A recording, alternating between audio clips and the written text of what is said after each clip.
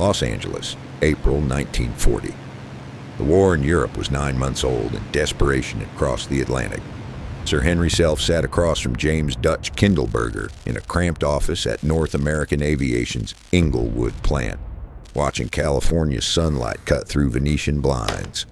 Self represented the British Purchasing Commission, a bureaucratic title that disguised a simple, brutal mission: buy American fighters before Britain ran out of pilots to fly them.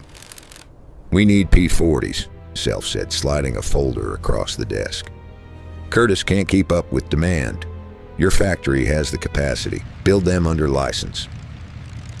Kindleberger didn't open the folder.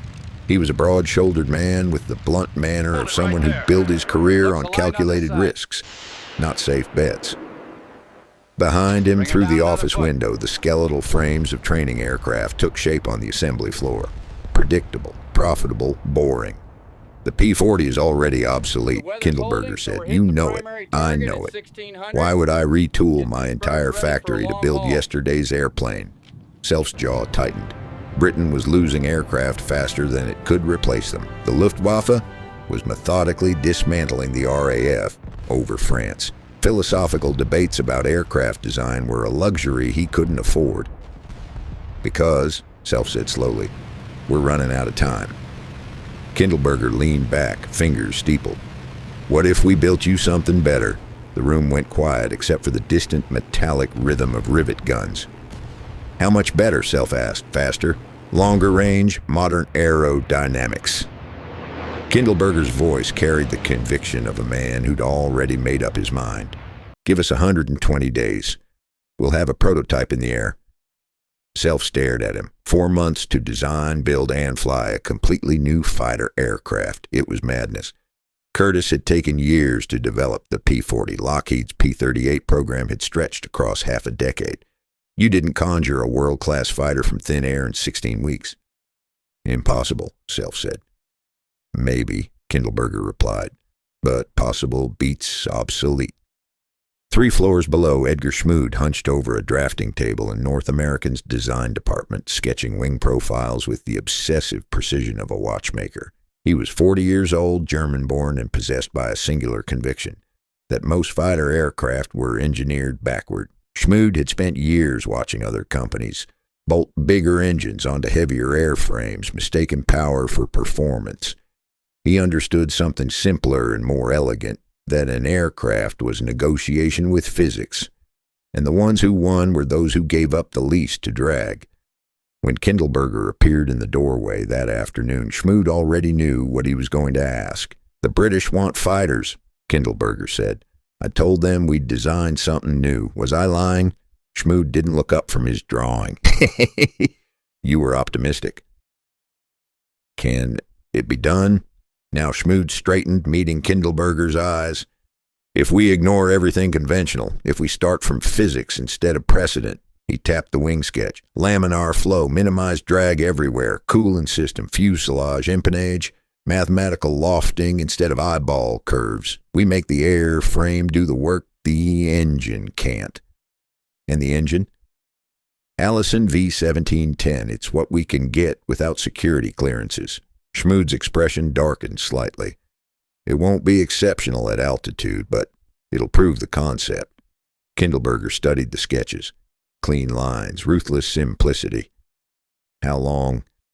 120 days for the prototype, maybe less if nobody sleeps. It was April 10th. Summer felt a lifetime away. "Then nobody sleeps," Kindleberger said. The NA-73X took shape with the frantic intensity of a fever dream. Schmood's team worked under a philosophy that bordered on heresy. Every ounce of weight justified, every square inch of surface area interrogated. The wing used experimental laminar flow airfoils that N.O.R.L.E. had to test at Caltech's wind tunnel because they didn't have their own. The fuselage was lofted using conic sections, a mathematical approach that produced unnervingly smooth curves like something grown rather than built. The cooling system became Schmood's obsession. Conventional fighters hung radiators in the slipstream like barn doors. Bleeding speed for every degree of engine cooling. Schmood buried the radiator in the belly, behind the wing, and designed the duct to accelerate airflow. turning drag into thrust through pure geometry. Some engineers called it the Meredith effect. Schmood called it physics. By May, the British Purchasing Commission had signed the contract. 3 to 20 aircraft at $40,000 per unit, first delivery by January 1941. The brass at Wright Field, the U.S. Army's procurement nerve center, watched the whole affair with skeptical detachment. NASOA was building this airplane for the British, not the Americans. If it failed, it would fail on someone else's dime. The fuselage came together in 5 main sections: forward, center, rear, and 2 wing halves, all pre-wired and pre-plumbed before final assembly. It was manufacturing heresy, prioritizing production speed over craft tradition, but it worked. The NA-73X was rolled out of the Inglewood plant on September 9, 1940, 102 days after the contract was signed. It sat on the tarmac without an engine, a gleaming silver skeleton waiting for a heartbeat. The Allison V-1710 arrived 6 weeks later. On October 26th, test pilot Vance Breeze climbed into the cockpit, ran through pre-flight checks, and advanced the throttle. The engine roared, the propeller bit air, and the NA-73X lifted into pale morning sky. It flew beautifully. At low altitude, it was 30 miles per hour, faster than the P-40 with the same engine. The controls were crisp, responsive. The laminar flow wing delivered exactly what Schmood had promised: speed without penalty. But above 15,000 feet, the performance bled away. The Allison engine, built for low-altitude work, gasped in thin air. At 20,000 feet, the NA-73X was merely adequate. At 25,000, where the Luftwaffe's Bf-109s and FW-190s prowled, it was outmatched. The RAF took delivery of the first production aircraft in early 1941 and designated it the Mustang MKI. They used it for low-level tactical reconnaissance and ground attack, roles where its speed and range were assets, and its altitude limitations didn't matter. But as an air superiority fighter, as a plane that could challenge the Luftwaffe at high altitude over occupied Europe, the Mustang was a magnificent failure, and North American aviation had built the fastest trainer in the world, and nobody wanted it. In Berlin, Reichsmarschall Hermann Göring stood on a balcony overlooking the Tiergarten, watching searchlights claw at the night sky. British bombers had struck the capital again, an insult he'd promised would never happen. If a single enemy bomb falls on Berlin, he'd once boasted, you can call me Meyer. Now Berlin's streets were cratered, factories smoldered, and the Luftwaffe, his Luftwaffe, was stretched across 2,000 miles of front, from the Arctic Circle to North Africa. But Göring still had one certainty, one unshakable truth: geography. The British could bomb at night, scurrying like rats under cover of darkness. But daylight bombing? Impossible. No fighter had the range to escort bombers deep into the Reich and return home. The Americans, with their obsession with daylight precision bombing, would learn this the hard way. A fighter that could reach Berlin from England would need to carry over 400 gallons of fuel. He would be too heavy to dogfight, too sluggish to survive. Physics, Göring believed, was on Germany's side. And in April 1940, he was right. But in a cramped office in Hucknall, England, a British test pilot named Ronald Harker was about to have an idea that would change everything. That story, however, would have to wait for the engine the Americans didn't build, and the marriage of metal and fire that nobody expected. Hucknall, England, April 1942. Ronald Harker sat in the cockpit of Mustang, a serial number AM208, watching mechanics on the tarmac at RAF Duxford finish their pre-flight checks. He was 33 years old, a test pilot for Rolls-Royce, and possessed the occupational hazard of seeing aircraft not as machines, but as problems waiting to be solved.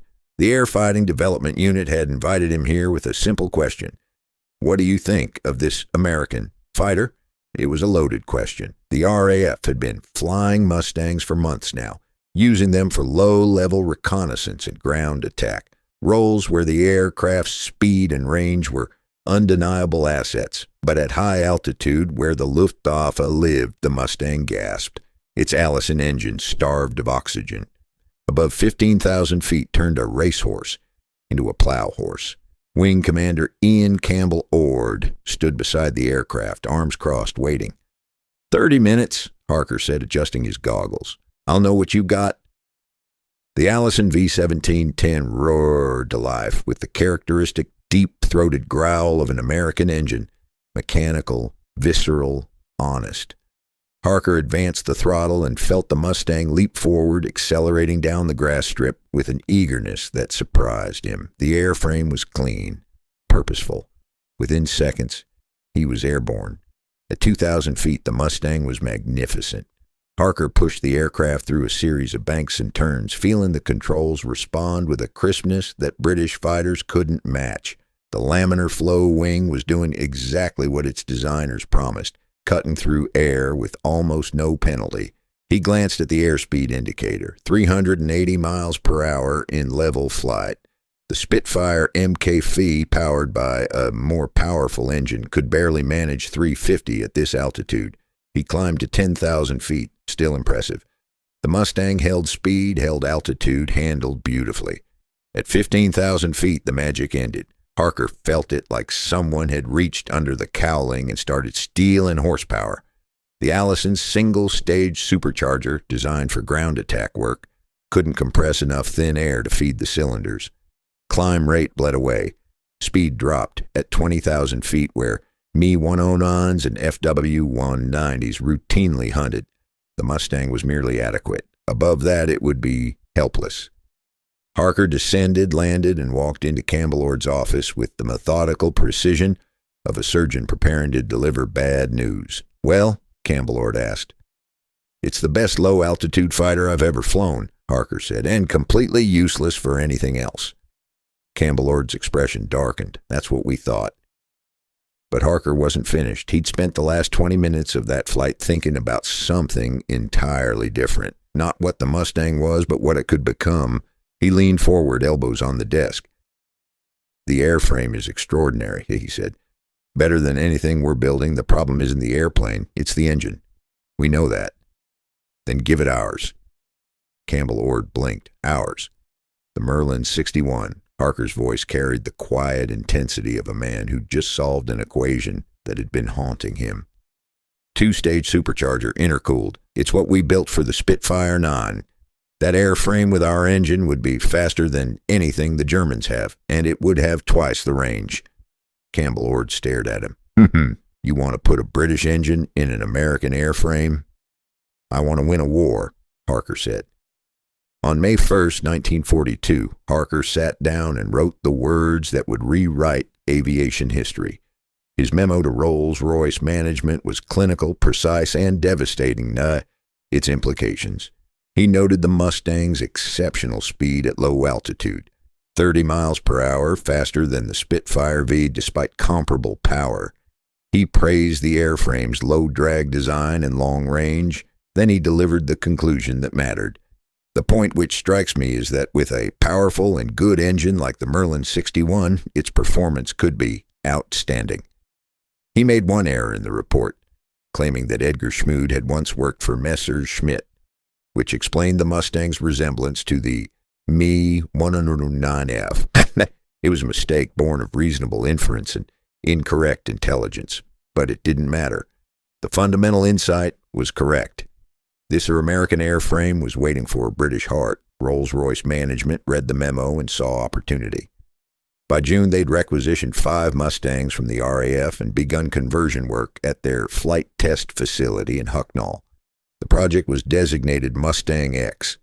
The engineering challenges were substantial but not insurmountable. The Merlin 65 had roughly the same physical dimensions as the Allison, but weighed 300 pounds more and generated significantly more heat. The two-stage supercharger required a larger intercooler, which meant redesigning the cooling system. The first Mustang X, serial number AL975, was fitted with a Merlin 65 and a 4-bladed Rotol propeller.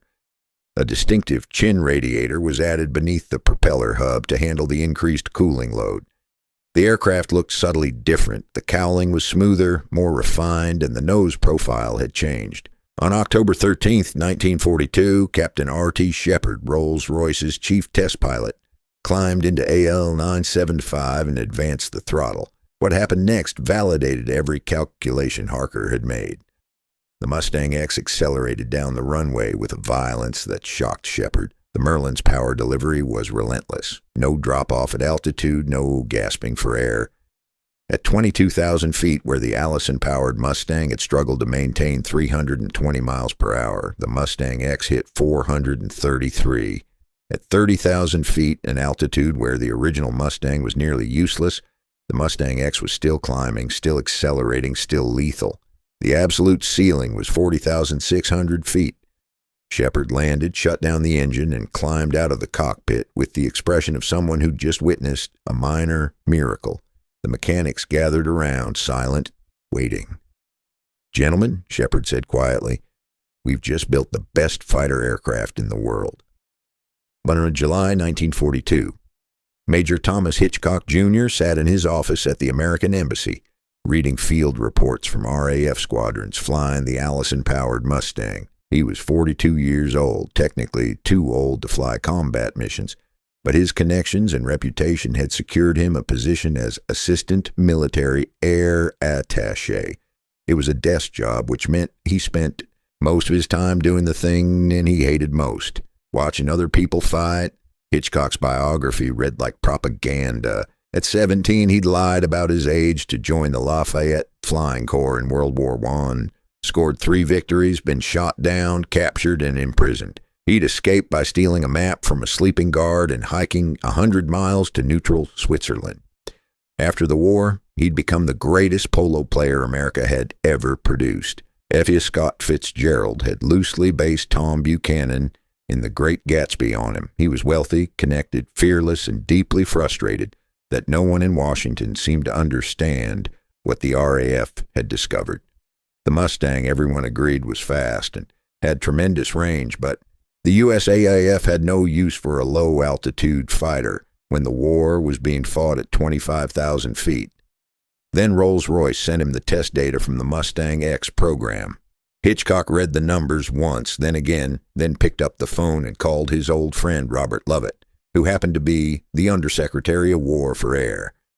"Bob," Hitchcock said, "I need you to listen very carefully. The British just turned that Mustang into something that can reach Berlin." There was a pause on the other end of the line. "Tommy," Lovett said slowly, "that's impossible. Physics doesn't work that way." "The Merlin 61 does," Hitchcock replied. 430 miles per hour at 30,000 feet, 7-hour endurance with drop tanks. It'll outclimb, outrun, and outfight anything the Luftwaffe has, and we can build it in Detroit. Lovett had flown British aircraft in World War I. He understood what Hitchcock was saying and what it meant for the catastrophic losses American bomber crews were suffering over Germany. "How fast can you get me a full report?" "It's already written," Hitchcock said. "I'm sending it tonight." Los Angeles, August 1942.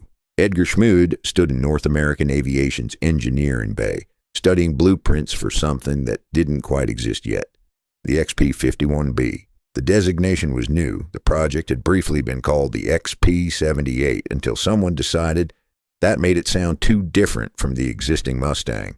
It wasn't different. It was the same airframe with a better engine. But Schmood understood that in war, perception mattered as much as performance. The technical challenges were significant but solvable.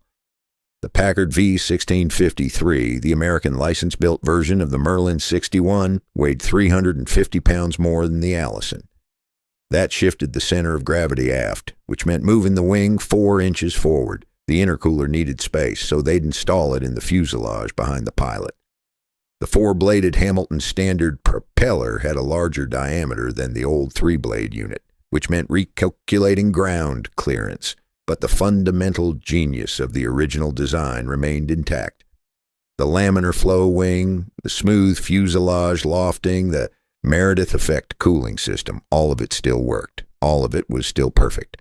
They were just giving the airframe the engine it had always deserved. NA test pilot Bob Chilton flew the first XP-51B on November 30th, 1942. He climbed to 29,800 feet and pushed the throttle forward. The airspeed indicator needle swept past 400 miles per hour. then past 420. It stabilized at 441. At an altitude where the Allison-powered Mustang could barely maintain 320 miles per hour, the Merlin-powered version was 70% faster. Chilton descended, landed, and walked into Schmood's office without saying a word. He placed the flight test data on the desk and waited. Schmood read the numbers. His expression didn't change. He'd expected exactly this, but something in his posture shifted. He looked up at Chilton. Climb rate? Double the Allison model at every altitude. Schmood nodded slowly. He'd spent 2 years watching his design be dismissed as a reconnaissance plane, relegated to missions that didn't matter, ignored by the very Air Force that needed it most. Now finally, the Mustang would prove what he'd known from the beginning, that the aircraft wasn't the problem. It never had been. The problem had been everyone else's lack of imagination. Washington, D.C., late 1942. General Henry Hap Arnold, Commanding General of the U.S. Army Air Forces, sat across from Thomas Hitchcock in his Pentagon office and listened to a sales pitch he didn't want to hear. Arnold had built his reputation on American engineering, American production, American innovation. The idea of putting a British engine in an American fighter felt like an admission of failure. Worse, it felt like political quicksand. Every isolationist congressman would use it as evidence that America couldn't build its own weapons. We already have long-range fighters, Arnold said, the P-38, the P-47 with drop tanks. The P-38 is in short supply and maintenance intensive, Hitchcock countered. The P-47 gets less than 2 miles per gallon. The Merlin Mustang gets 3.3, same fuel load, twice the range. Arnold leaned back in his chair. And you're telling me this because bomber crews are dying at a rate we can't sustain. Hitchcock's voice was calm, but there was steel underneath. 77% casualties over 2 years. We're losing pilots faster than we can train them. The Germans know our fighters can't reach deep into the Reich, so they wait until the escorts turn back. Then they slaughter the bombers. Arnold said nothing. This airplane changes that, Hitchcock continued. It can escort bombers to Berlin and back.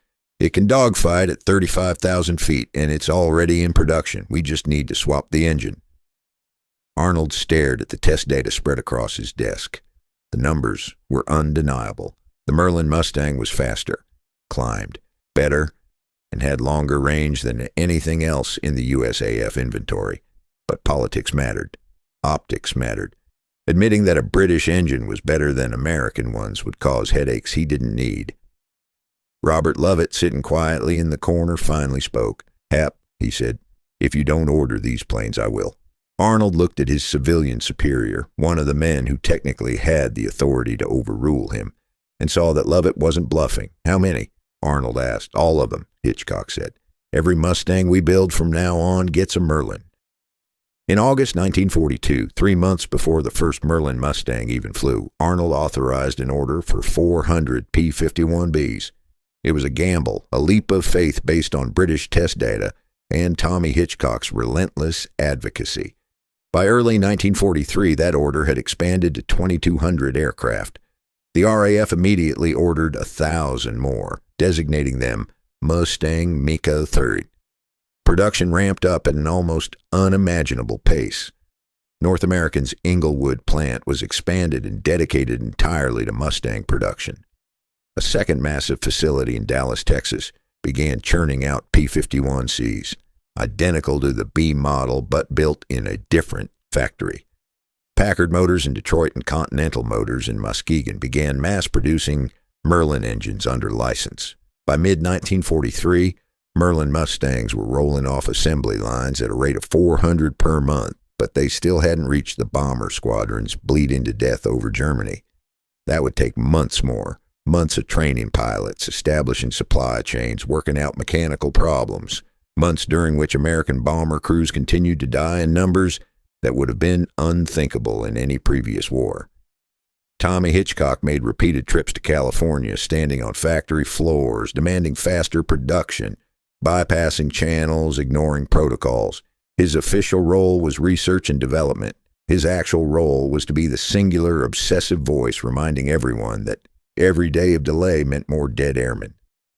Sired by the English out of an American mother, he wrote in one memo, The Mustang has no parent in the Army Air Forces to appreciate and push its good points.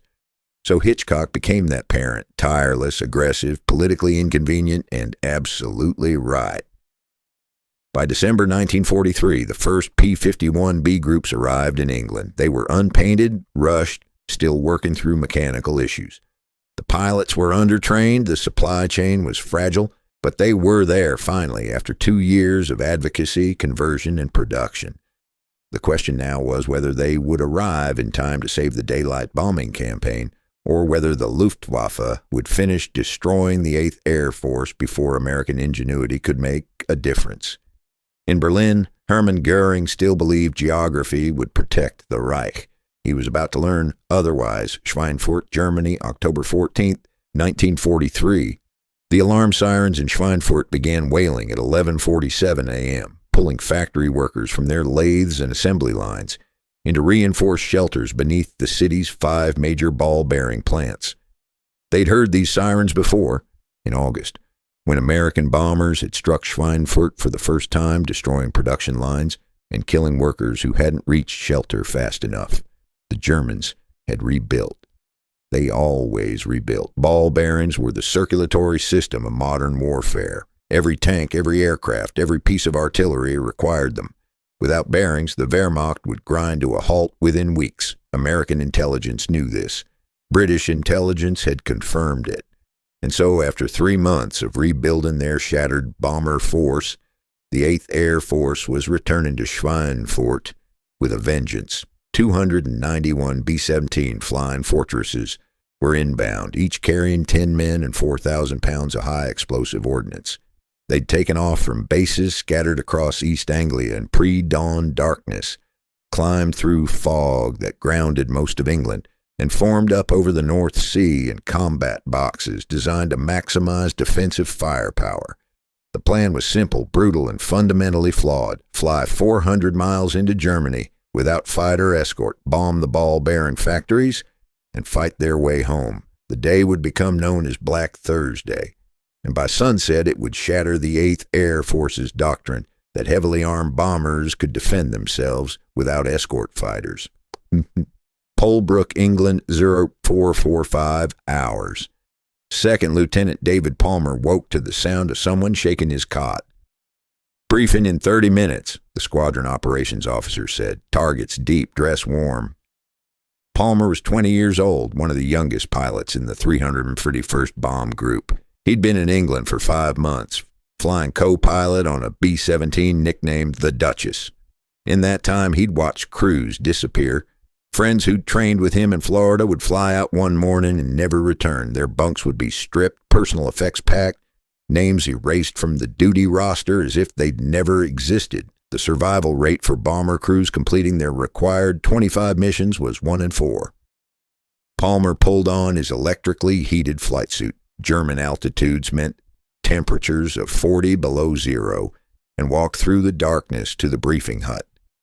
Inside, crews from the entire group gathered around a large map covered by a curtain. When the intelligence officer pulled it back, revealing a red ribbon stretching from England deep into southern Germany, the room filled with groans.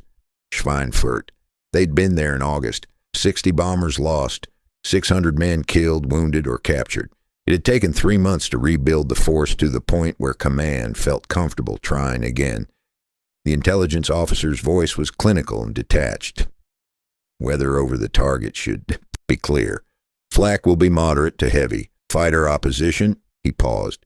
Expect continuous engagement from the German border to the target and back. Someone in the back muttered, "We're fucked." Nobody contradicted him.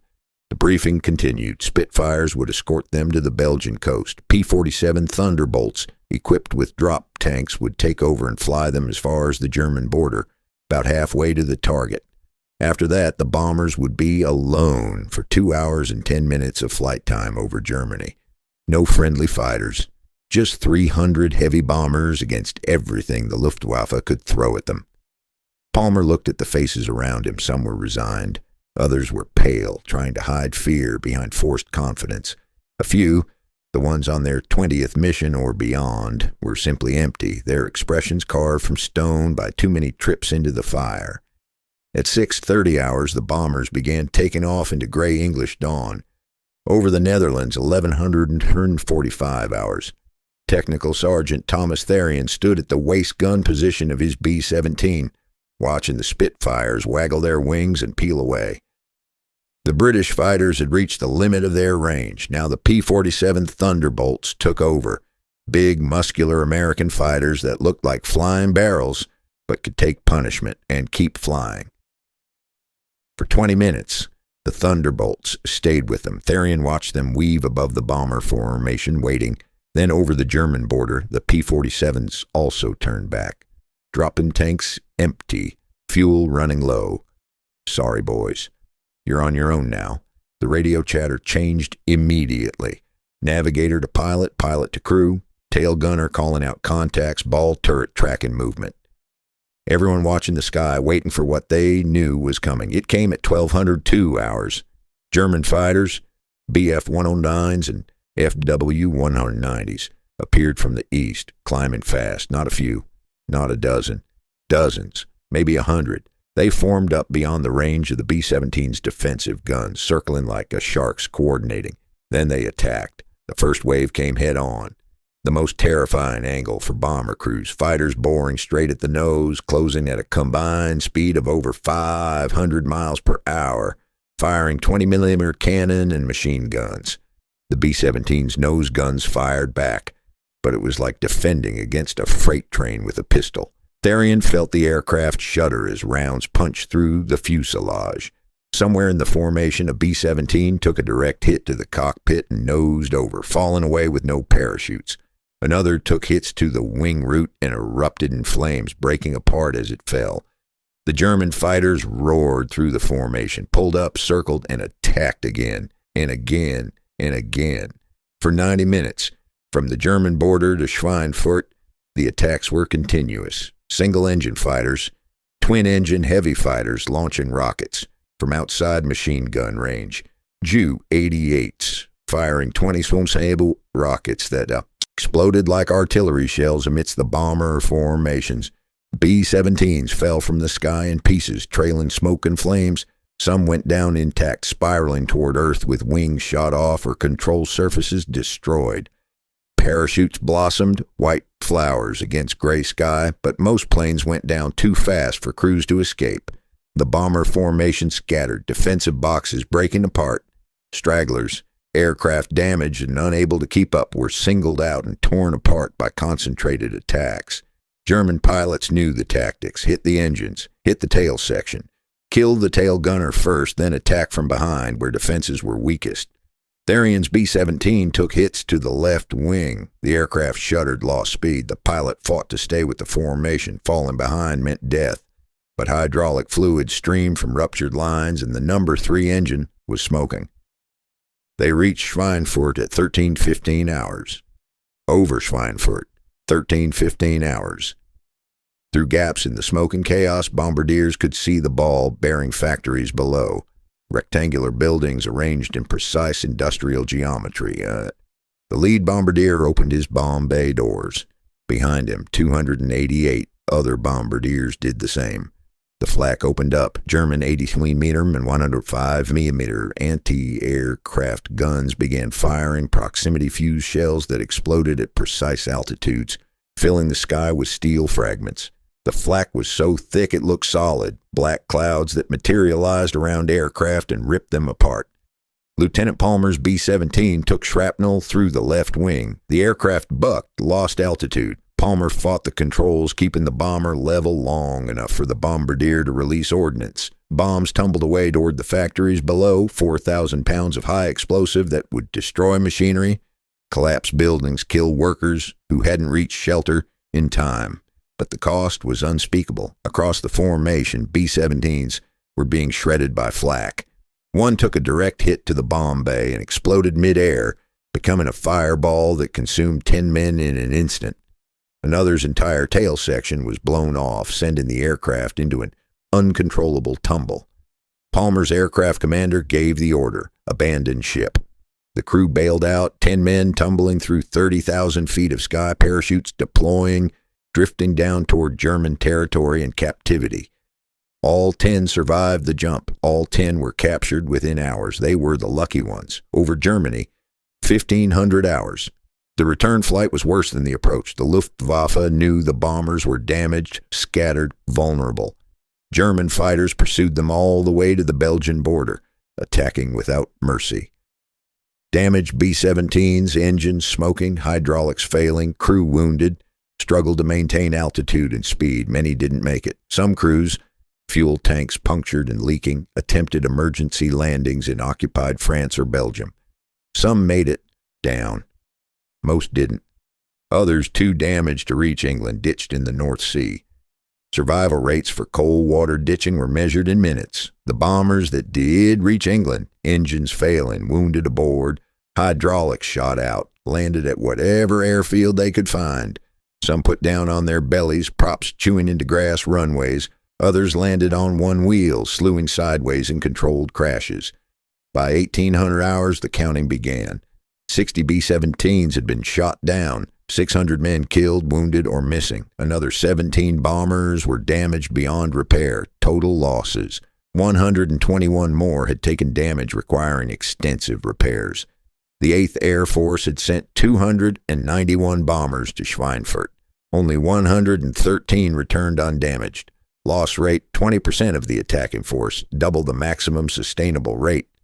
Bomber crews were doing the math. At this rate, statistically, no one would complete their 25-mission tour. Everyone would eventually die, be captured, or be too badly wounded to fly. The daylight bombing campaign, the cornerstone of American air strategy in Europe, was on the verge of collapse. High Wycombe, England, October 15, 1943. Lieutenant General Ira Eaker sat in his office at 8th Air Force Headquarters, reading loss reports and trying to calculate how long his command could survive. The numbers were damning. Since August, the 8th had lost 148 heavy bombers in deep penetration raids. Schweinfurt alone had cost 60 in a single day. At this rate, he'd run out of aircraft, trained crews, and political support within months.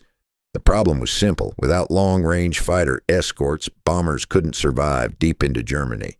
The Luftwaffe simply waited until the P-47s turned back, then slaughtered the formations at leisure. The solution existed, the P-51B Mustang with its Packard Merlin engine. Test flights had proven it could fly to Berlin and back with fuel to spare. It could outfight any German aircraft at altitude. It was faster, more maneuverable, and longer range than anything the Allies had. But production was still ramping up. The first groups wouldn't arrive in England until December, at the earliest. And even then, there wouldn't be enough.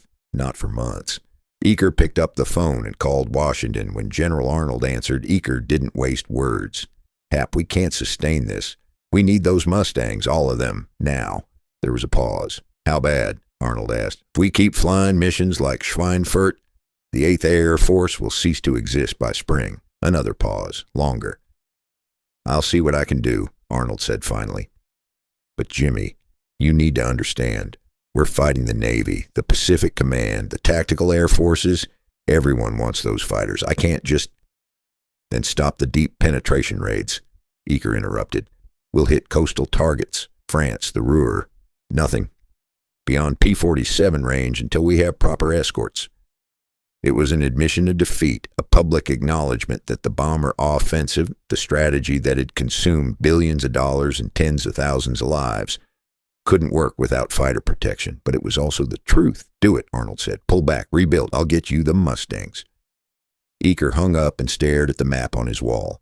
Red pins marked bomber bases across England. Black pins marked targets in Germany. And a growing cluster of white pins marked bases where crews who'd flown that morning would never return. Somewhere in the Pacific, Japanese forces were being pushed back island by island.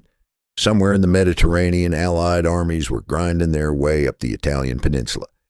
But here in the skies over Germany, American air power had just hit a wall. The war would be won or lost based on whether a single aircraft, an American fighter with a British engine that nobody had wanted 2 years ago, could arrive in time to save the bomber offensive. Inglewood, California, October 1943. Edgar Schmude stood on the factory floor at North American Aviation, watching P-51B Mustangs roll off the production line at a rate of 20 per day. The manufacturing process he designed for ease of mass production was working. Fuselage sections pre-wired and pre-plumbed, wings bolted on, Packard Merlins installed, final assembly taking hours instead of days.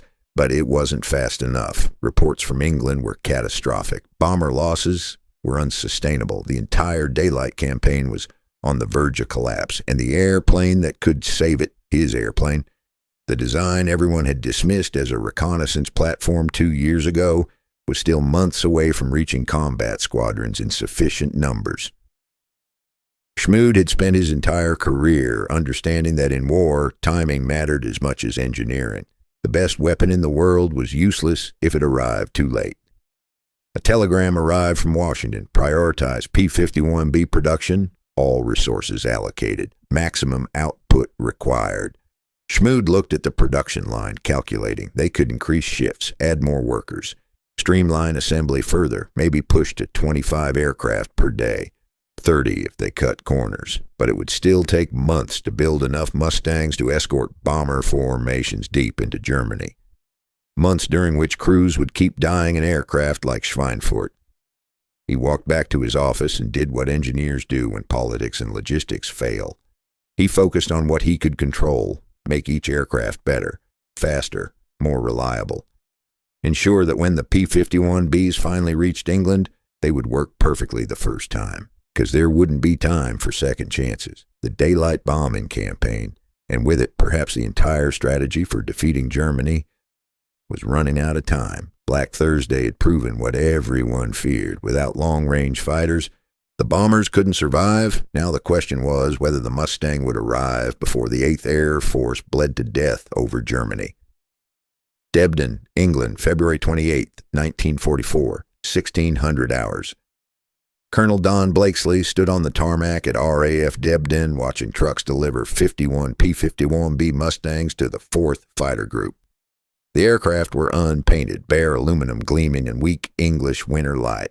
They looked fast, even sitting still. Blakesley was 26 years old and had been fighting continuously since 1941, first with the Royal Canadian Air Force, then the RAF Eagle Squadrons, and finally the USAAF when the Eagle Squadrons transferred to American Command in September 1942.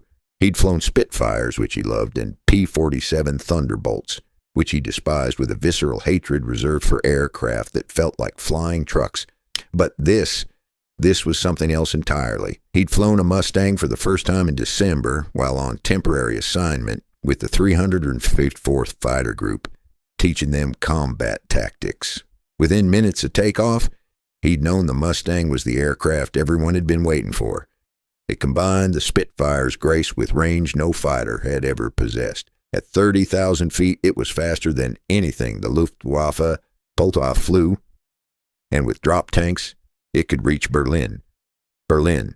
For 2 years, that word had been impossible. Geography and physics had protected the German capital from American fighter escorts, but the Mustang changed physics. The Mustang made Berlin possible. Blakesley walked to the operations hut where Major General William Kepner, commanding VIII Fighter Command, was waiting. "How long do you need to convert?" Kepner asked. Blakesley knew what the general meant. Converting a fighter group to a new aircraft type typically took weeks. Ground crews learning new maintenance procedures, pilots accumulating flying hours, working out tactical doctrines. The 4th couldn't afford weeks. The bomber offensive was bleeding. Every day without long-range escorts meant more crews dying over Germany. 24 hours, Blakesley said. Kepner stared at him. "Don, be serious. Your pilots have never flown these aircraft. Your mechanics don't know the systems. You need 24 hours, Blakesley repeated. "Give me the Mustangs, and I give you my word, I'll have them in combat in 24 hours. We'll learn how to fly them on the way to the target." It was an insane promise. Some of his pilots would be flying combat missions with less than an hour of checkout time in the Mustang. But Blakesley understood something that staff officers in comfortable headquarters didn't. Bomber crews were dying right now. Every additional day spent on training meant more B-17s shot down, more men dead or captured. Kepner looked at him for a long moment, then nodded. "Do it." Debden, March 3rd, 1944, or 400 hours. The briefing room was packed. Pilots from the 334th, 335th, and 336th squadrons, the three squadrons comprising the 4th Fighter Group, filled the wooden benches, drinking coffee, smoking, waiting. Blakesley strode to the front of the room. Behind him, an intelligence officer pulled back the curtain covering the mission map.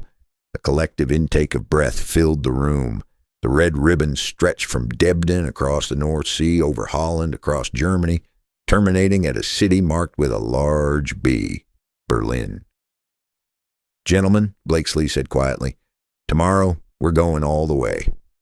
The room erupted. Some pilots cheered, others sat in stunned silence. A few, the veterans who'd been flying since 1942, simply nodded. They understood what this meant. This was history. Single-engine fighters had never escorted bombers 1,100 miles into enemy territory and returned. It was supposed to be impossible. Blakesley let them react for 30 seconds, then raised his hand for silence. "The 1st and 3rd Bombardment Divisions are hitting targets in Berlin, first major daylight raid on the capital. We're part of a fighter force of over 600 aircraft providing escort. P-47s and P-38s will take the bombers part way. We'll take them the rest." He paused, letting that sink in. "Flight time, approximately 6 hours. Fuel will be tight. If you get into a prolonged dogfight, you may not make it home. Abort criteria. If you're below half tanks at the German border, turn back. No heroics. Dead pilots don't win wars." Blakesley looked across the faces of his pilots. Some were barely 20 years old. Others were combat veterans with a dozen missions under their belts. All of them had heard the stories of bomber crews, the staggering loss rates, the burning aircraft falling from the sky, the empty bunks at breakfast. "The Luftwaffe has been waiting for us to try this," Blakesley continued. "They think Berlin is safe because no fighter can reach it. Tomorrow we prove them wrong." He turned to the map, pointing to the route. "We'll rendezvous with the bombers over Hanover. P-47s will be turning back about then. We take over escort responsibility and stay with the bombers until their feet wet over the North Sea on the way home. The Luftwaffe will throw everything at us. Expect continuous engagement from the German border to the target and back." A pilot in the second row raised his hand. "Sir, what if our guns jam?" Blakesley smiled, a cold, predatory expression. "Then you fly intimidation. Stay with the bombers. Make the Germans think you're armed. If they engage anyway, run. But don't leave the bombers unless you absolutely have to." He'd later do exactly that. His guns would jam early in the mission, but he'd continue escorting the bombers anyway. His mere presence forcing German fighters to think twice before attacking. "One more thing," Blakesley said. "Some of you only got 20 or 30 minutes in the Mustang yesterday. That's fine. The aircraft is forgiving. Trust it. It'll bring you home if you let it." He dismissed them to pre-flight briefings. Outside, ground crews were loading .50 caliber ammunition into wing bays, topping off fuel tanks, installing drop tanks on underwing hard points. Each Mustang would carry 2 75-gallon drop tanks, disposable fuel containers that would extend range but had to be jettisoned before combat. Blakesley walked to his assigned aircraft, P-51B serial number 436437, a bare metal aircraft with a rare Malcolm canopy that provided better visibility. He ran his hand along the fuselage, feeling the smooth laminar flow skin that Edgar Schmood had designed 3 years earlier. Tomorrow they'd find out if American engineering and British engine design could beat German geography. Over the North Sea, March 4, 1944, 1,000 hours 51, P-51Bs from the 4th Fighter Group formed up over the North Sea, climbing to 25,000 feet. The formation was tight, 4-ship flights in finger 4 patterns. Squadron formations staggered in altitude for mutual support. Below them, the North Sea was gray and cold. If anyone went down over water this far from shore, survival was measured in minutes. The electrically heated flight suits would delay hypothermia but not prevent it. Blakesley's radio crackled. "Horseback leader, this is Nuthouse. Bombers are on course, on schedule. Your rendezvous point is Hanover at 1145 hours. "Roger. Nuthouse. Horseback flight. Proceeding to rendezvous." The English coastline fell behind. Holland appeared ahead, flat geometric fields crisscrossed by canals. This was where things would get dangerous. The Luftwaffe had radar stations tracking every aircraft that crossed the coast. By now, German Fighter Command knew a major raid was inbound. They'd be scrambling interceptors from bases across northern Germany. At the German border, Blakesley saw the P-47 Thunderbolts that had escorted the bombers this far. The big fighters waggled their wings. Good luck, you're going to need it. And turned back toward England, their drop tanks empty. Now the Mustangs were alone with 300 heavy bombers penetrating deep into the Reich. Blakesley scanned the sky. Clear, cold, 30 below zero at this altitude. He could see his breath condensing inside the oxygen mask. His eyes swept the horizon constantly, above, below, checking 6 o'clock, always moving. In combat, the fighter pilot who stopped looking was the fighter pilot who died. Bandits, 11 o'clock high. The call came from one of the 335th Squadron pilots. Blakesley looked left and up, squinting against the sun. There. Small dots climbing from the east. BF-109s, maybe 20 of them. Horseback leader to all flights. Stay with the bombers. Do not engage unless they attack the formation. We're here to escort, not hunt. It was the hardest order to enforce. Fighter pilots were trained to attack, to seek combat, to shoot down enemy aircraft. Staying in formation, flying defensive escort patterns required discipline that went against every instinct. The German fighters circled at a distance, watching, calculating. They'd learned hard lessons about attacking bomber formations with fighter escort. The Americans had numbers, altitude, and now, for the first time this deep into Germany, they had fighters that could stay and fight. The BF-109s held off. Over Berlin, March 4th, 1944, 12:30 hours. Through breaks in the smoke and cloud, Blakesley could see Berlin below. The massive sprawl of the German capital, the Reichstag, the Tiergarten, streets and buildings arranged in geometric precision. Above the city, American B-17s and B-24s were releasing their bomb loads on industrial targets. Flak erupted around the formations, black clouds of exploding 80mm shells filling the sky with steel fragments. A B-17 took a direct hit and exploded, becoming a fireball that fell in burning pieces toward the city below. German fighters were everywhere now. BF-109s, FW-190s, even twin-engine BF-110s firing rockets from outside machine gun range. The Luftwaffe was throwing everything at the bombers, trying to break up the formations, trying to create stragglers they could pick off. The Mustangs met them. Blakesley watched his squadrons engage. Aircraft peeling off to intercept German fighters attacking the bombers. Dogfights developing at multiple altitudes. Tracers arcing through the sky. His own guns had jammed minutes after crossing the German border.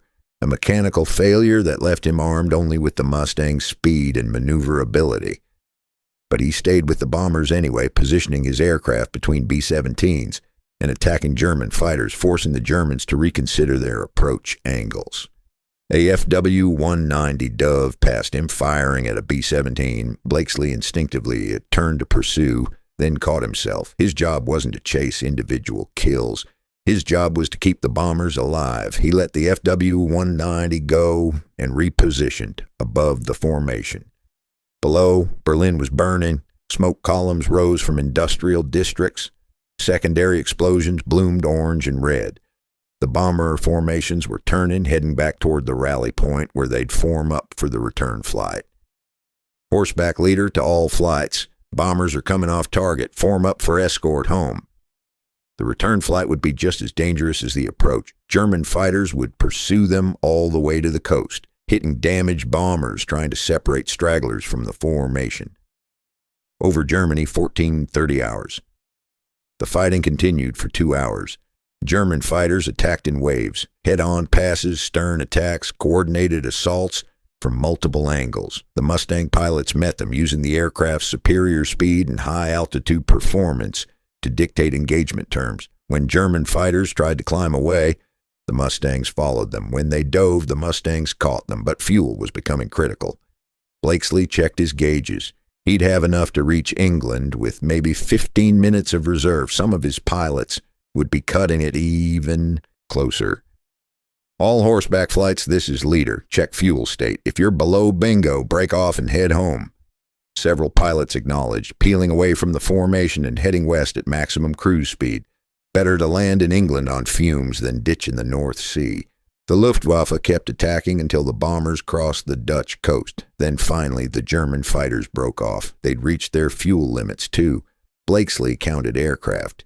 He'd started with 51 Mustangs. Now he could see 47, 4 missing. Some might have landed at emergency fields in Holland or Belgium. Others might have gone down over Germany. But the bombers they'd escorted to Berlin and back, most of them were still flying.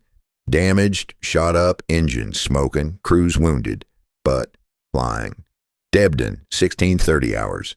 Blakesley touched down at Debden with his fuel gauge reading nearly empty. He taxied to the hard stand, shut down the engine, and climbed out of the cockpit. His legs were stiff from 6 hours in the seat. His face hurt from the oxygen mask. His hands were shaking, not from fear, but from adrenaline finally wearing off. Ground crews swarmed the Mustangs, checking for damage, refueling, rearming. Pilots climbed down from cockpits, faces showing exhaustion and exhilaration. Some were laughing. Others were simply silent, processing what they'd just done. Blakesley walked to the operations hut where intelligence officers were waiting to debrief the mission. The preliminary count was coming in. 4 Mustangs lost, but the pilots had claimed 13 German fighters destroyed. More importantly, the bombers they'd escorted had suffered fewer losses than any previous deep penetration mission. The telephone rang. An operations officer answered, listened, then held out the receiver to Blakesley. "Sir, it's General Kepner." Blakesley took the phone. "Yes, sir?" "Don, I'm hearing from Bomber Command that you took them all the way to Berlin and back. Single-engine fighters. 1,100 miles. Is that accurate?" "Yes, sir. We made the rendezvous at Hanover, stayed with them to Berlin, escorted them home to the coast. Lost 4 aircraft, but the bombers got through." There was a pause on the other end of the line. "Don, do you understand what you just did?" Blakesley was too tired to parse political significance. "Sir, we flew an escort mission. That's our job." "You proved that Berlin isn't safe," Kepner said quietly. "You proved that geography can't protect the Reich. You proved that the Mustang can go anywhere the bombers go. This changes everything." Blakesley looked out the window at the Mustangs being serviced on the flight line. Bare metal. Unglamorous. Just machines. American airframes with British engines, designed by engineers everyone had dismissed. Built in factories, working around the clock. But today, those machines had reached Berlin, and tomorrow they'd reach Berlin again. And the day after that, until the Luftwaffe was destroyed or the Reich surrendered. "Sir," Blakesley said, "request permission to fly the same mission tomorrow." "Granted," Kepner said. "And Don, congratulations. You just made history." Blakesley hung up and walked outside. The sun was setting over East Anglia, casting long shadows across the airfield. Mechanics worked under floodlights, preparing the Mustangs for tomorrow's mission. Pilots gathered in small groups, replaying the day's combat, discussing tactics, learning. Somewhere in Berlin, Hermann Goering was receiving reports that American fighters had escorted bombers to the Reich capital and returned home. The man who'd promised no enemy bombs would ever fall on Berlin was learning that promises meant nothing against engineering and courage. The daylight bombing campaign on the verge of collapse 3 months ago had just been saved by an aircraft nobody had wanted, and over Germany, the sky was no longer safe. High Wycombe, England, February 19th, 1944. Lieutenant General Karl Tui Spatz stood before a wall-sized map of Germany, studying red circles marking aircraft factories, assembly plants, and engine production facilities scattered across the Reich. As commander of the United States Strategic Air Forces in Europe, he was about to authorize the most ambitious air campaign in history, Operation Argument. His staff called it Big Week. The plan was elegant and brutal.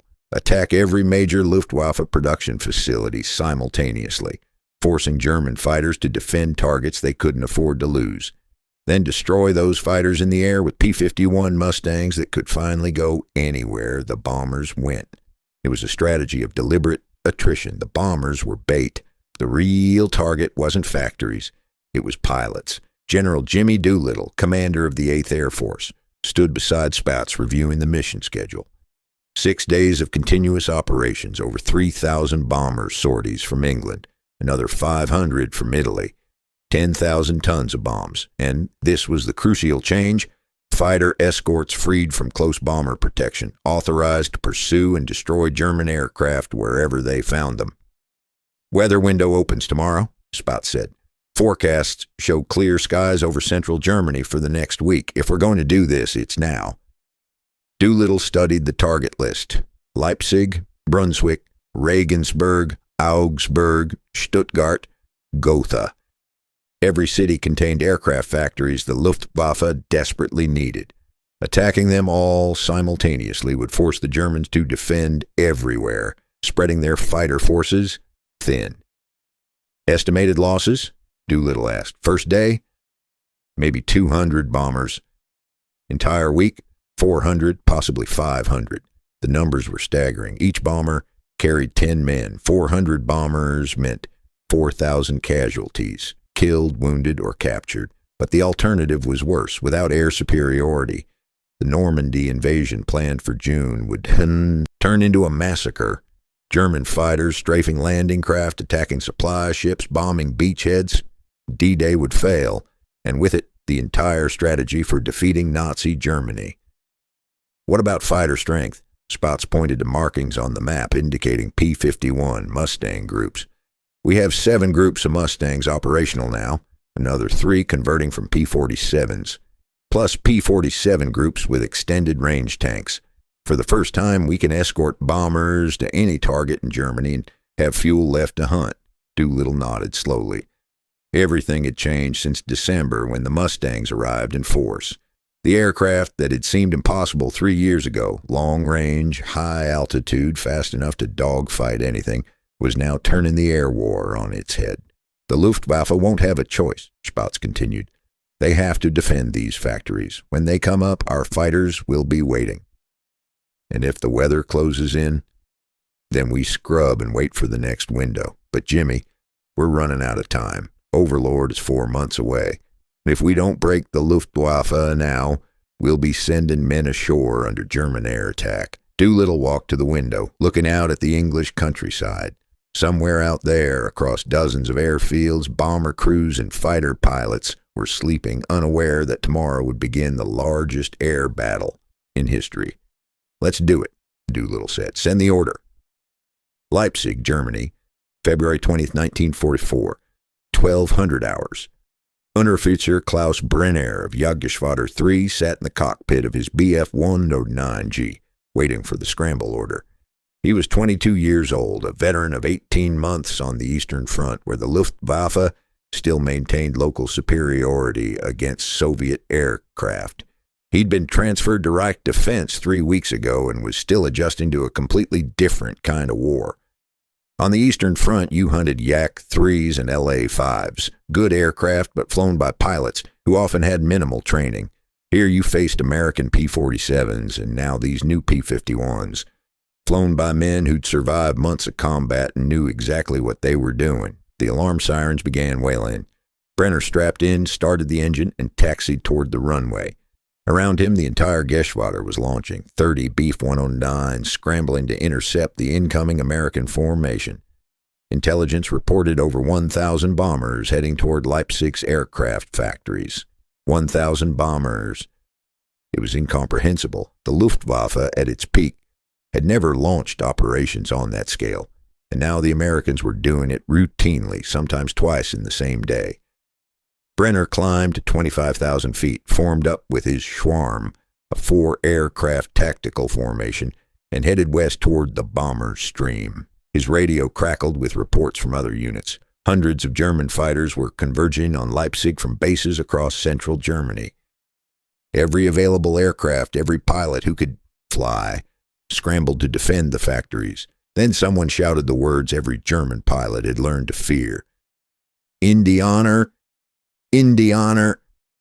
Enemy fighters. Brenner looked up and saw them, silver contrails at 30,000 feet, dozens of them, maybe 100. P-51 Mustangs flying top cover above the bomber formation. They'd arrived before the German fighters could even reach the bombers. The Mustangs dove. What followed wasn't a battle. It was a slaughter. The P-51s had altitude, speed, numbers, and, most importantly, experience. They'd been training for exactly this moment. German fighters trying to reach the bombers found themselves bounced from above by Mustangs they never saw coming. Those that survived the initial attack and tried to climb away discovered the Mustangs could follow them to any altitude. Those that dove found the Mustangs faster in the dive. Brenner watched his wingman disintegrate under a burst of .50 caliber fire. He reversed hard, trying to get firing position on the Mustang that had killed his wingman, but 2 more P-51s appeared on his tail. He dove, pulling maximum G-forces, graying out at the edge of consciousness. The Mustangs followed. He leveled out at 5,000 feet, heading east at full throttle. The Mustangs were still there. He jettisoned his drop tank, pushed the throttle to the emergency power setting, and ran for his life. After 5 minutes, that felt like hours, the Mustangs broke off, low on fuel probably, or unwilling to follow him further into Germany. Brenner landed at an emergency field near Dresden, fuel gauge reading nearly empty, hands shaking. Of the 30 aircraft that had scrambled from his base, only 19 returned, 11 pilots dead or missing in a single mission. And this was only the first day. Over Germany, February 20, 25, 1944. For 6 consecutive days, the pattern repeated. American bombers struck aircraft factories across Germany.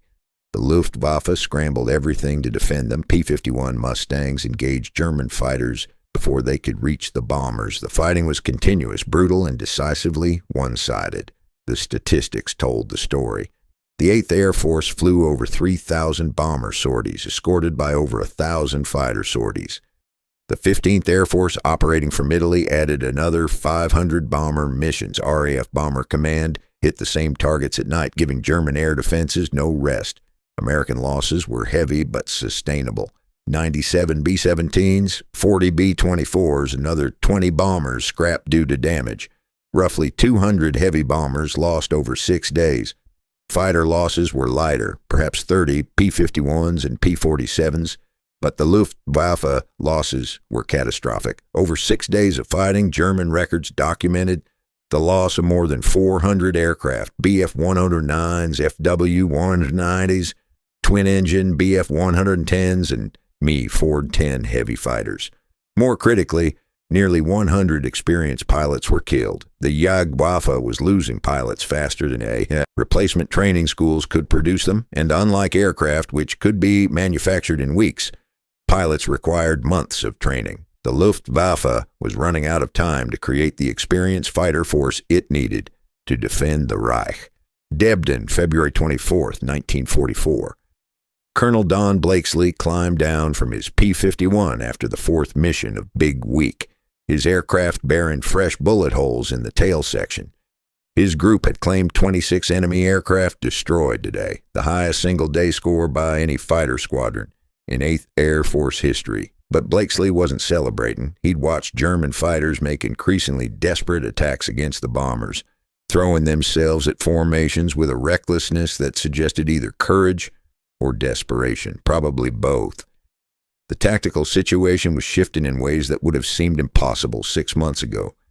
German fighters were pulling back, withdrawing to bases deeper inside Germany, trying to preserve what remained of their veteran pilot cadre. The Luftwaffe was no longer contesting airspace over France or the Low Countries. They were abandoning forward areas and concentrating everything on Reich defense. It was the strategy of a losing air force.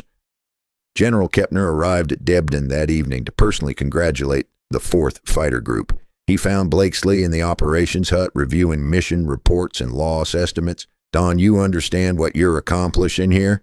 Kepner asked. Blakesley looked up from his paperwork. "We're killing German pilots, sir. That's the mission. It's more than that. You're destroying their ability to contest the air.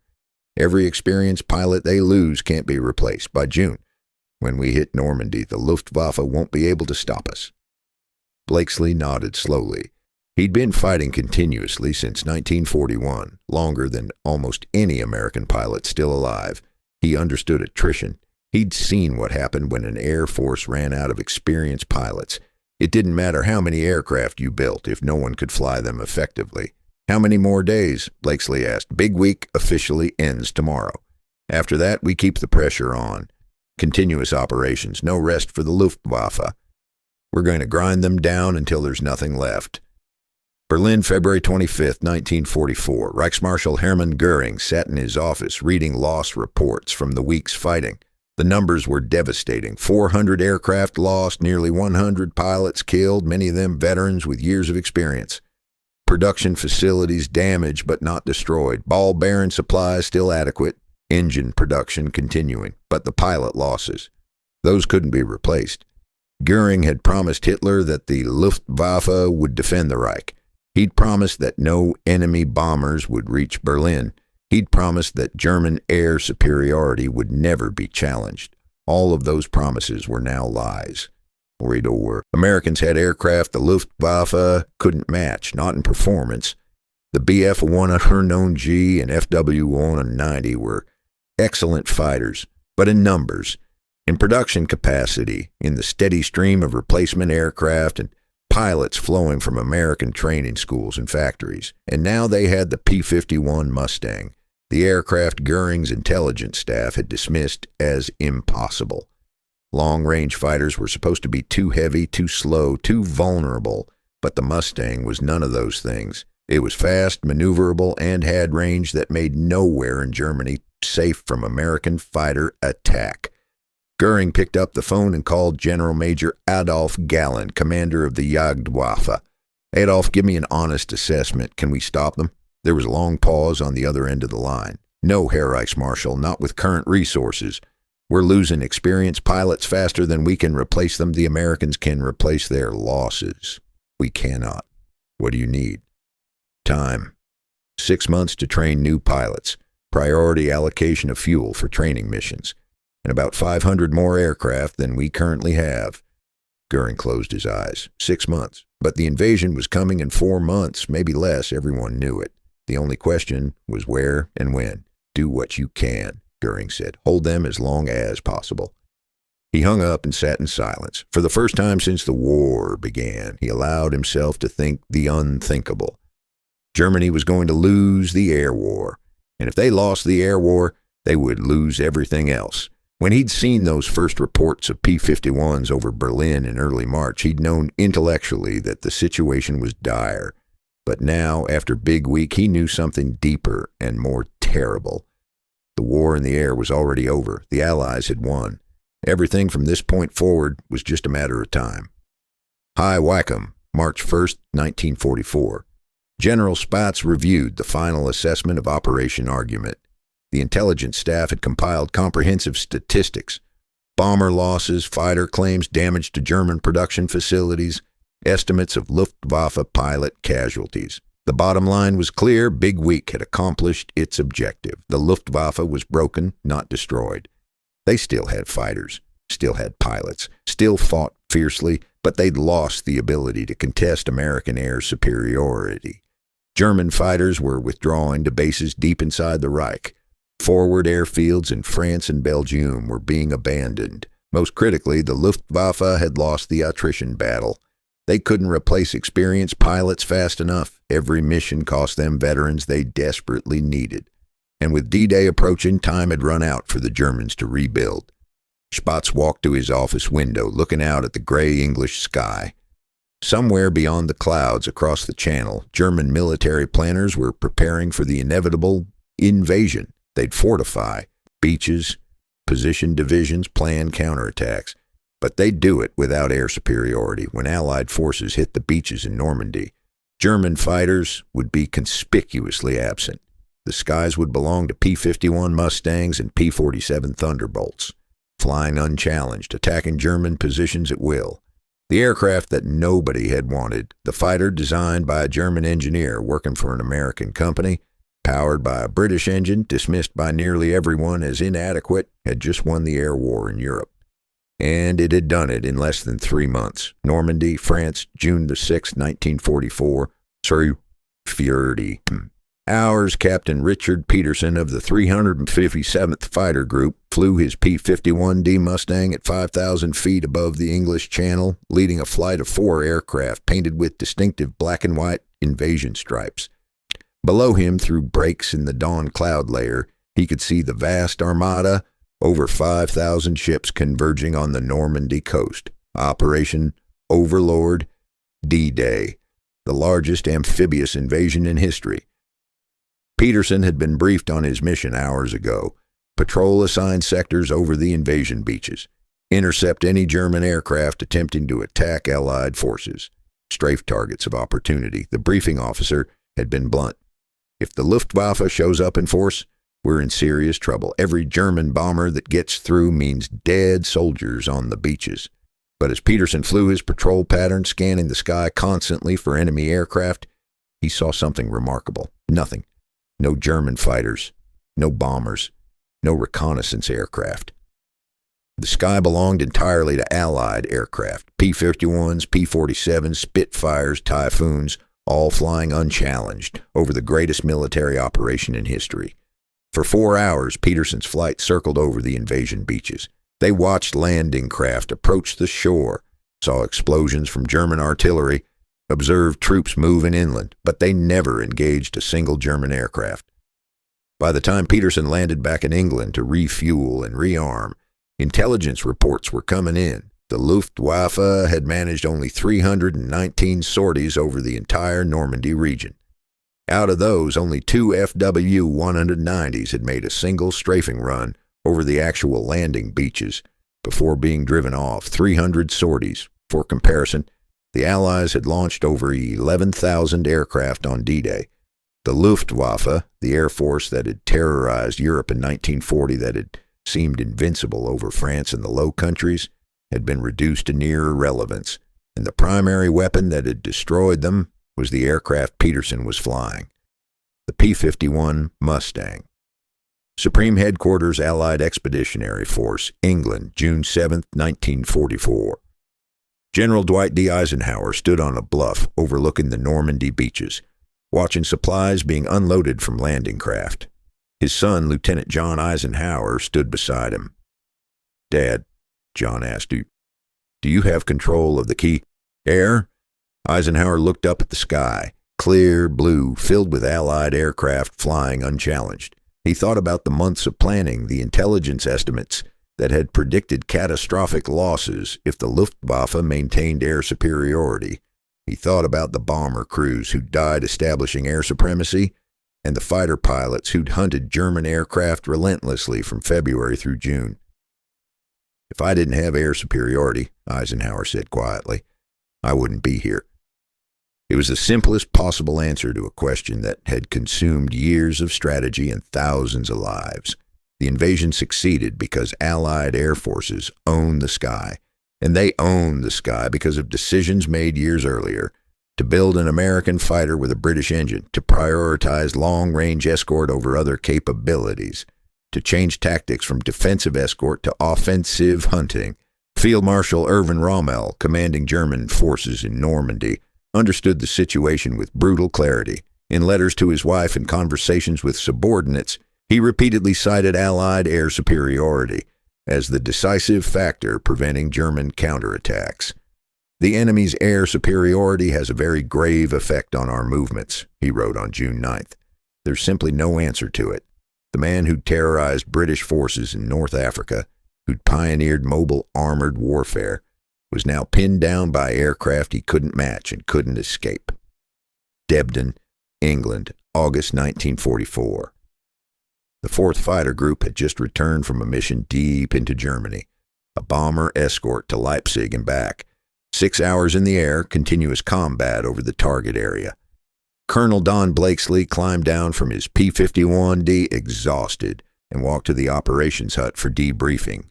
In 9 months of flying the Mustang, the 4th had destroyed over 700 German aircraft, both in the air and on the ground. They were the highest scoring fighter group in the 8th Air Force, and Blakesley himself had accumulated over 1,000 combat hours, more than any other American fighter pilot in the war. But he was also exhausted. 3.5 years of continuous combat, longer than almost anyone still alive, had worn him down physically and mentally. He'd watched friends die, trained replacement pilots who lasted 3 missions, seen the attrition grind down everyone who survived. The mission today had been routine by 1944 standards. Rendezvous with bombers over the German border, escort them to the target, engage German fighters that tried to intercept, escort the bombers home, 5 German fighters destroyed, 2 P-51s lost. The kind of exchange ratio that meant the Allies were winning the air war of attrition. General William Kepner was waiting in the operations hut. He took one look at Blakesley and made a decision. "Don, you're grounded." Blakesley stared at him. "Sir, I can still fly. I just need—" "We lost Hubert Zemke yesterday," Kepner interrupted. Zemke had commanded the 56th Fighter Group, the only P-47 unit that hadn't converted to Mustangs, and was the second best fighter commander in the European theater. His loss was a significant blow. "I can't afford to lose both of you. You're done. That's an order." Blakesley wanted to argue. Flying was what he did, who he was. But he also knew Kepner was right. He'd been in combat continuously since May 1941, first with the RCAF, then the RAF Eagle Squadrons, then the USAAF. Over 500 operational sorties, over 1,000 combat hours, statistics that no other American pilot had accumulated or ever would. He'd led the 4th Fighter Group to become the most successful fighter unit in Europe. He'd proven that the P-51 could escort bombers to Berlin and back. He'd established tactics that other fighter groups copied. He'd accomplished everything a fighter pilot could accomplish, and now it was over. "Yes, sir," Blakesley said quietly. He walked outside and looked at the flight line. Rows of P-51 Mustangs being serviced, rearmed, refueled for tomorrow's missions. The aircraft that had changed everything, the fighter that had saved the daylight bombing campaign and won the air war. Blakesley had flown the first P-51 escort mission to Berlin. He'd be leaving before the war ended. But he knew with absolute certainty how this would end. Allied victory achieved through air superiority, enabled by an aircraft nobody had wanted 4 years ago. Nuremberg, Germany, 1946. Hermann Göring sat in a prison cell awaiting trial for war crimes. The Third Reich had collapsed. Germany had surrendered. Hitler was dead. And Göring, once the second most powerful man in Nazi Germany, was about to be judged by the nations he'd tried to destroy. During his interrogation by American officers, one question kept recurring. Why did Germany lose the air war? Göring's answer was consistent and damning. The reason for the failure of the Luftwaffe against the Allied air forces was the success of the American air forces in putting out a long-range escort fighter airplane which enabled the bombers to penetrate deep into Reich territory and still have a constant and strong fighter cover. Without this escort, the air offensive would never have succeeded. When pressed for specifics, which aircraft had been most decisive, Göring gave the answer that would echo through military aviation history. "When I saw Mustangs over Berlin, I knew the jig was up." It was the admission of a man who'd promised his Führer that no enemy aircraft would ever reach Germany's capital. A man who'd believed geography and physics would protect the Reich from deep penetration raids. A man who'd dismissed intelligence reports about long-range American fighters as impossible. The P-51 Mustang hadn't just defeated the Luftwaffe tactically. It had shattered the fundamental assumptions upon which German air defense strategy was built. Los Angeles, 1946. Edgar Schmood sat in his office at North Tour American Aviation, reading production statistics from the war years. Over 15,000 P-51 Mustangs built between 1940 and 1945. The aircraft had served in every theater: Europe, Pacific Mediterranean, China, Burma, India. Nearly 5,000 enemy aircraft destroyed, the highest scoring Allied fighter of the war. But Schmood, characteristically, was already thinking about what came next. The war was over. Jet engines were the future. The P-51, for all its brilliance, represented the pinnacle of piston engine fighter design and the end of an era. He thought back to April 1940 when Dutch Kindleberger had asked if North American could design something better than the P-40. To the skepticism from right field officers who didn't believe a new fighter could be designed in 4 months, to the first flight of the NA-73X, powered by an Allison engine that limited its high-altitude performance. And then to Ronald Harker's insight in April 1942, paired this airframe with a Merlin engine. To Tommy Hitchcock's relentless advocacy, bypassing channels, flooding Washington with test data, refusing to accept no for an answer. to Packard Motors ramping up Merlin production in Detroit, to test pilots like Bob Chilton proving the concept worked. The P-51 hadn't been inevitable.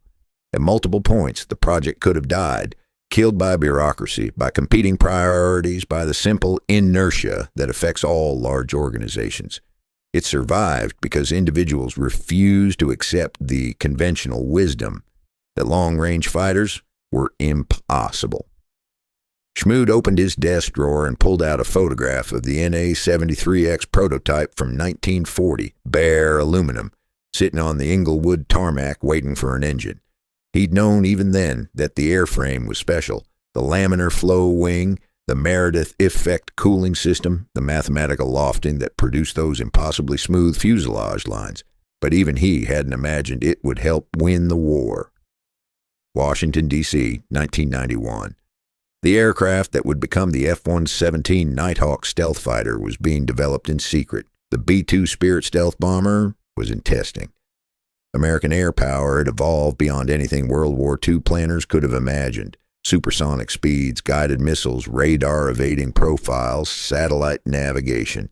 But in the Pentagon's Air Force History Office, a display case held a carefully restored P-51D Mustang model. The placard read, P-51 Mustang, the fighter that won air superiority in Europe, 1944-1945. Military historians studying the aircraft's development identified several lessons that would influence aviation procurement for generations. First, revolutionary capability often comes from unexpected combinations. The Mustang succeeded by pairing an American airframe with a British engine, a partnership neither nation initially wanted but both desperately needed. Second, sometimes the best solution is the one nobody asked for. The P-51 originated from British requirements, was initially rejected by the U.S. Army Air Corps, and only gained acceptance after field performance proved skeptics wrong. Third, advocacy matters.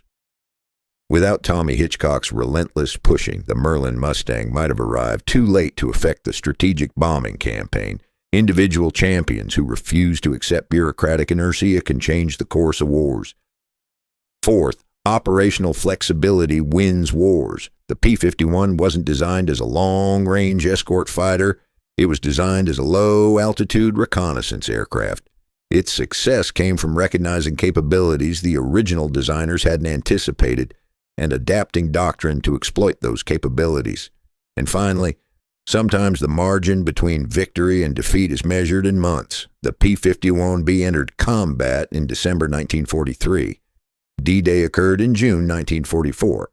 That 6-month window of air superiority made the invasion possible. If the Mustang had arrived 6 months later, the entire course of World War II could have been different. Arlington National Cemetery, Virginia, September 18, 2008.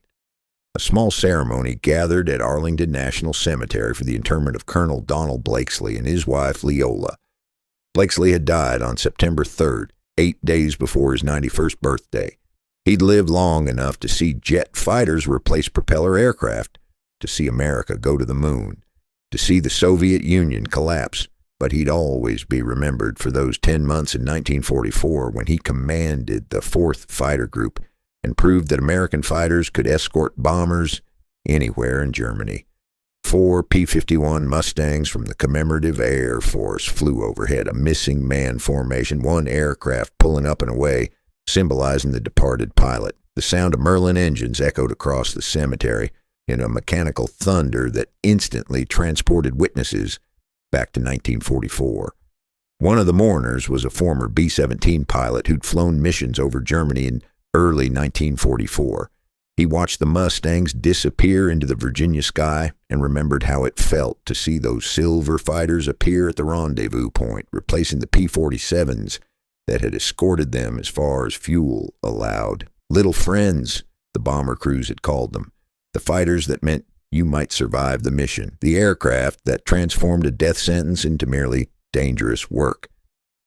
The B-17 pilot had completed his 25 required missions and returned home. He'd gotten married, raised children, built a career, lived a full life. he might not have had any of that if the Mustang hadn't arrived when it did. As the ceremony concluded and mourners dispersed, he approached Blakesley's flag-draped casket and saluted. "Thank you," he said quietly, "for bringing us home." The story of the P-51 Mustang is ultimately a story about rejection and validation, about the difference between what seems impossible and what merely requires imagination. It's about engineers who refuse to accept conventional wisdom, test pilots who saw potential where others saw limitations, and advocates who fought bureaucratic inertia to deploy the right weapon at the right time. In April 1940, the British asked for more P-40s. North American offered to build something better. The prototype flew in October 1940, powered by an Allison engine that limited its altitude performance. For a year, it was merely a good low-altitude reconnaissance aircraft. Then Ronald Harker flew it and imagined pairing it with a Merlin engine. Tommy Hitchcock fought to make that combination happen. Packard built Merlins in Detroit. Bob Chilton flew the XP-51B and achieved 441 miles per hour at 30,000 feet. Don Blakesley took 51 P-51Bs to Berlin on March 4, 1944, proving that single-engine fighters could escort bombers anywhere in Germany. By June 6, 1944, Allied air superiority was absolute.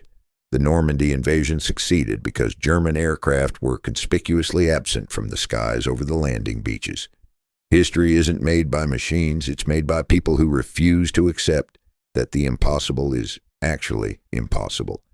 The P-51 Mustang was rejected, dismissed, and underestimated. Then it won the air war in Europe. Sometimes the greatest innovations come from asking a simple question: what if we tried something different? And sometimes that question changes the world.